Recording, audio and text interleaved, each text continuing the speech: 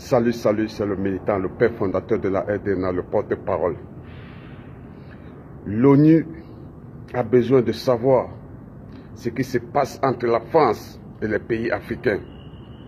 Et nous pensons que le président Ousmane Sonko pourra mieux nous représenter à l'ONU là-bas en dénonçant les agissements de la France avec des pays africains, avec des preuves à l'appui.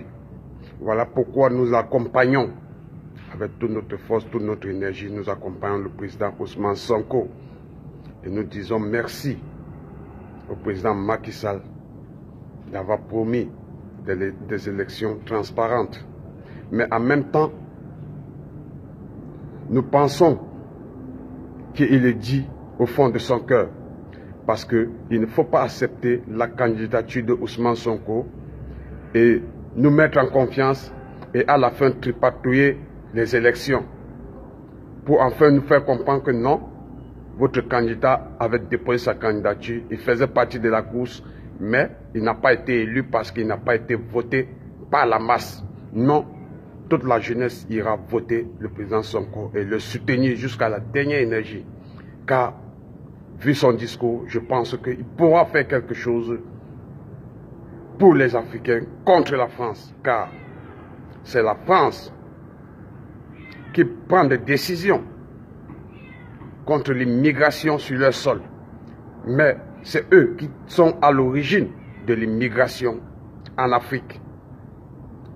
Plein de talentueux africains n'arrivent pas à exposer leurs talents en Afrique parce que la France, avec la complicité de certains dirigeants, ils viennent pourrir la vie aux Africains. Ousmane Sonko, nous te soutenons, peu importe les mauvaises langues. Des milliers de personnes nous ont appelés pour nous demander pourquoi nous soutenons Ousmane Sonko et pas les autres. Non. Ceux qui nous donnent confiance, nous les soutenons. Nous ne sommes pas des hypocrites. Nous ne sommes pas des hypocrites comme certains panafricains. Certains panafricains dans les réseaux sociaux ne soutiennent pas les opposants, encore moins les opposants qui sont encore en train d'avoir besoin de la force de la population. Parce que plein de panafricains, c'est des opportunistes. Ils attendent, quand vous êtes déjà le général Tchani, quand vous êtes déjà Ibrahim Traoré, quand vous êtes déjà Assimi Goïta, pour venir vous apporter les sourires hypocrites. Non. Ousmane Sonko, il a besoin des forces de tous les panafricains, mais aujourd'hui, nombreux ne répondent pas présents parce qu'ils se posent des questions. Est-ce que celui-là vraiment sera président? Et au cas où ils le soutiennent, il ne devient pas président, ça serait un temps du gâchis pour eux. Ils ne veulent pas prendre ce risque.